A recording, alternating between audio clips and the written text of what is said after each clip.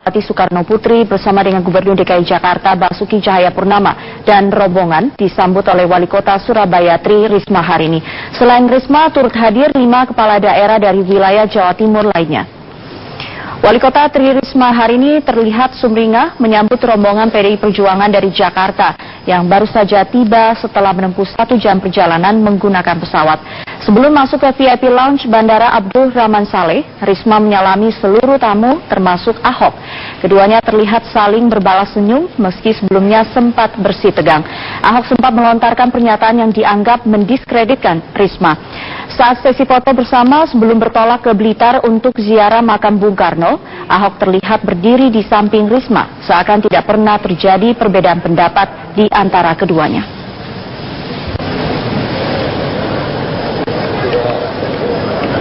Kepolisian Resort 50 Kota telah memilih Soekarno Putri mengajak para bakal calon gubernur dan wakil gubernur yang diusung PDIP untuk berziarah ke makam mendiang ayahnya Bung Karno di Blitar, Jawa Timur. Sebelum bertolak ke Blitar, Megawati menyatakan pentingnya untuk menjaga Pancasila dan Bhinneka Tunggal Ika.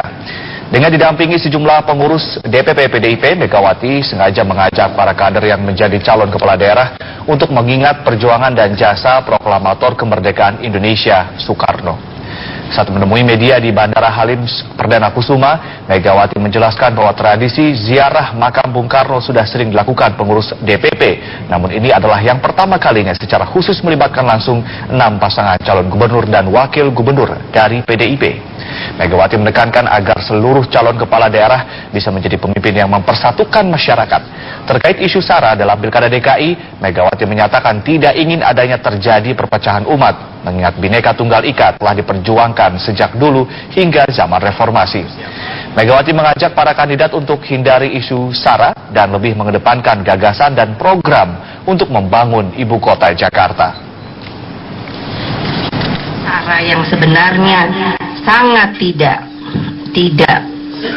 berbobot itu dapat mengakibatkan perpecahan di antara bangsa kita sendiri. Jadi saya berharap media akan membantu bahwa yang harus dipertarungkan itu adalah program-program yang tentunya ya dari 3 pasang akan memberikan masukan 2 pasang. Sementara itu, pemirsa, Gubernur DKI Jakarta Basuki Cahayapurnama maaf atas pernyataan yang mengakibatkan kegaduhan umat di Jakarta. Ahok meminta semua pihak untuk tidak lagi melanjutkan permasalahan ini agar tidak mengganggu keharmonisan umat beragama. Permintaan maaf disampaikan Ahok di Balai Kota sebelum mengikuti rombongan Megawati berziarah makam Bung Karno ke Blitar, Jawa Timur pada pagi tadi. Ahok mengaku telah mendapat surat peringatan dari Majelis Ulama Indonesia yang mengecam dirinya untuk fokus pada kemaslahatan umat.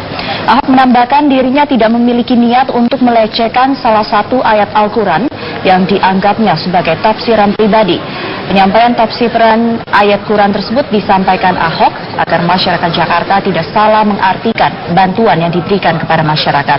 Ahok juga meminta agar kegaduhan ini dihentikan agar tidak terjadi ragam tafsiran lain yang mengganggu keharmonisan umat beragama. Saya minta maaf untuk kegaduhan ini. Jangan sampai, saya pikir komentar ini jangan diteruskan lagi.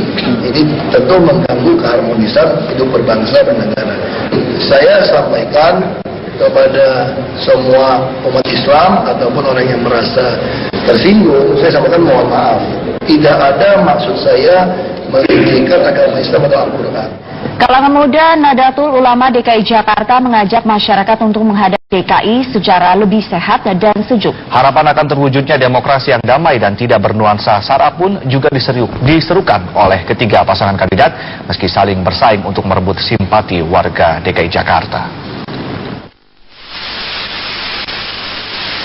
Menjaga demokrasi yang sehat dan sejuk menjadi salah satu harapan bersama masyarakat Jakarta menghadapi Pilkada DKI tahun depan.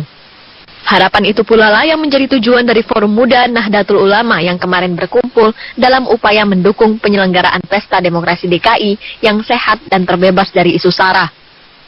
Berharap Pilkada ini tidak siapapun baik tim ses, masyarakat atau bahkan calon-calon wakil gubernur dan gubernurnya ini menghindar dari dari isu SARA yang kemudian membuat resah di tengah masyarakat.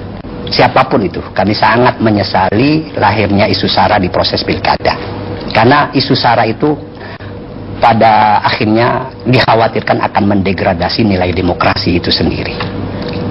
Kalau yang terakhir yang Ajakan untuk mengikuti pilkada secara demokratis dan mementingkan kepentingan bangsa juga diserukan oleh ketiga kandidat yang tengah bersaing merebut simpati warga Jakarta.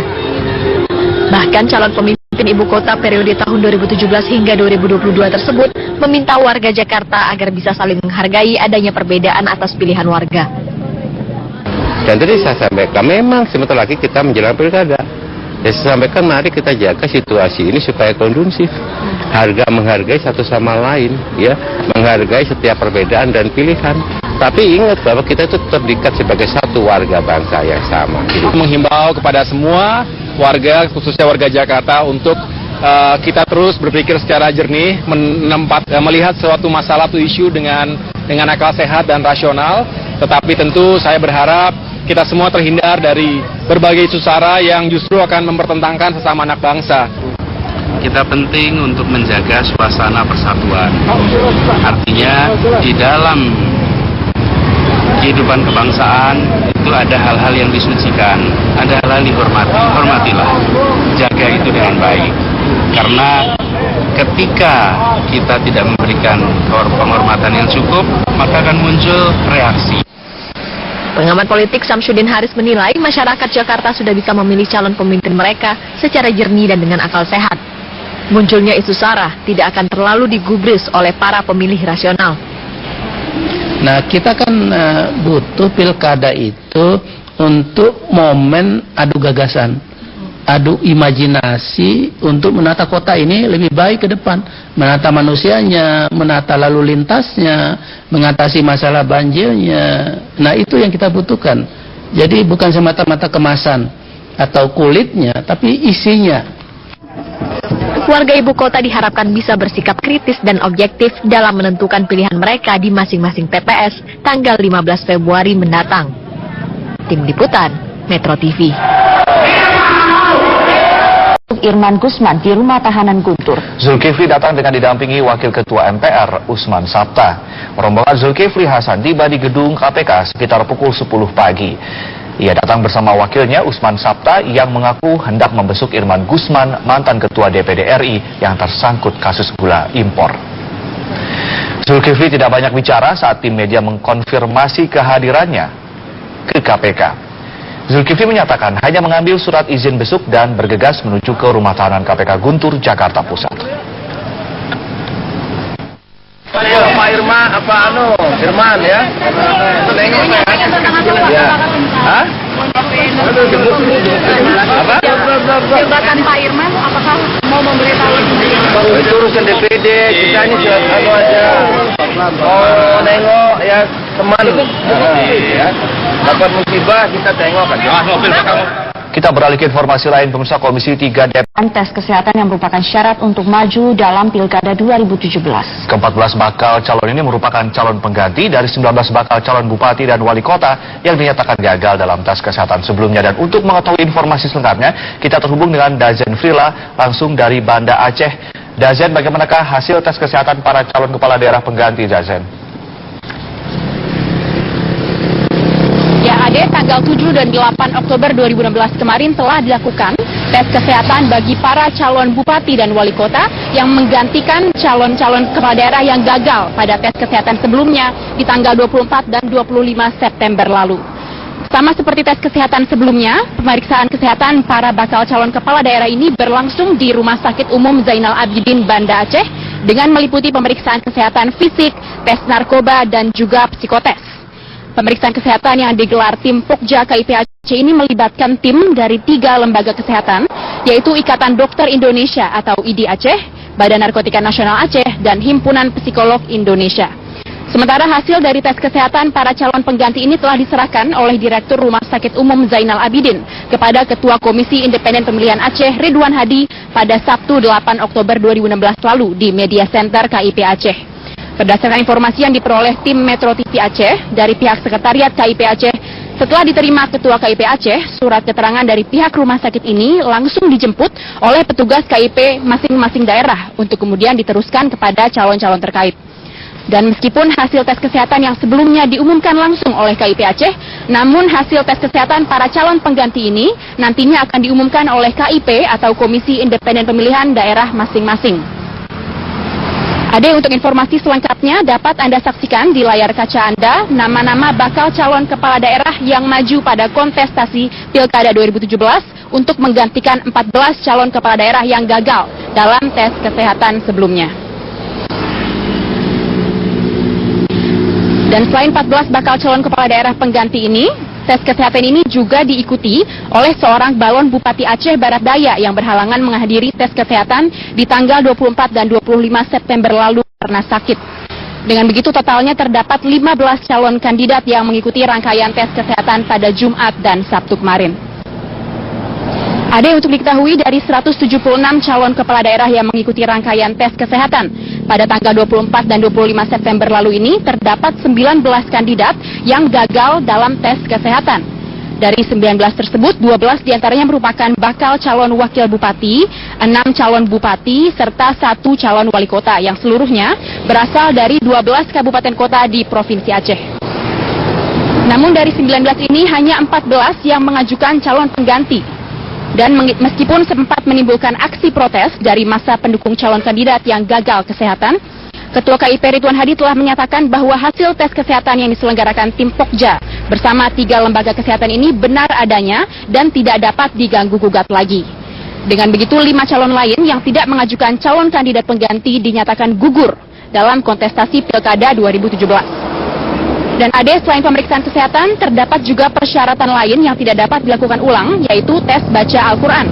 Sebelumnya tes baca Al-Quran ini juga telah diikuti oleh para bakal calon pengganti sebelum melakukan tes kesehatan. Ade, nantinya rangkaian pilkada berikutnya akan dilanjutkan dengan penetapan pasangan calon kepala daerah yang akan dilaksanakan pada 24 Oktober, serta pengundian nomor urut kandidat pada hari selanjutnya tanggal 25 Oktober mendatang. Kami akan terus melaporkan rangkaian Pilkada Provinsi Aceh. Untuk sementara kembali ke Anda, Ade dan Sumi di studio. Dazen Prila melaporkan langsung dari Banda Aceh. Terima kasih atas laporan Anda. Duga pelaku pembakaran lahan dan hutan di Kabupaten 50 Kota, Sumatera Barat. Kebakaran hutan di Kabupaten 50 Kota masih terus terjadi. Pemadaman api dilakukan secara manual dan menggunakan pesawat heli. Kebakaran hutan tersebar di 5 kecamatan di Kabupaten 50 Kota, Sumatera Barat. Lebih dari 200 hektar hutan terbakar. Kebakaran terparah terjadi di Kecamatan Harau. Kebakaran telah merusak hutan konservasi dan kawasan wisata alam yang terdapat lembah Harau serta di objek wisata Taram. Menurut Kapolres 50 Kota AKBP Bagus, dari sejumlah titik kebakaran hutan di Kabupaten 50 Kota, baru 1 pelaku pembakaran yang berhasil ditangkap. Saat ini pelaku masih menjalani proses pemeriksaan.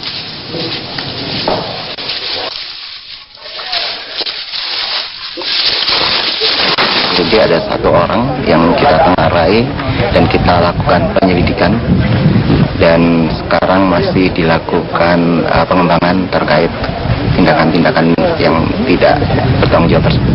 Motif pelakunya apa kira-kira nih Pak? Untuk di wilayah Kabupaten 50 Kota ini motifnya rata-rata adalah karena kelalaian. Karena mereka berladang. Nantikan headline news berikutnya 1 jam mendatang.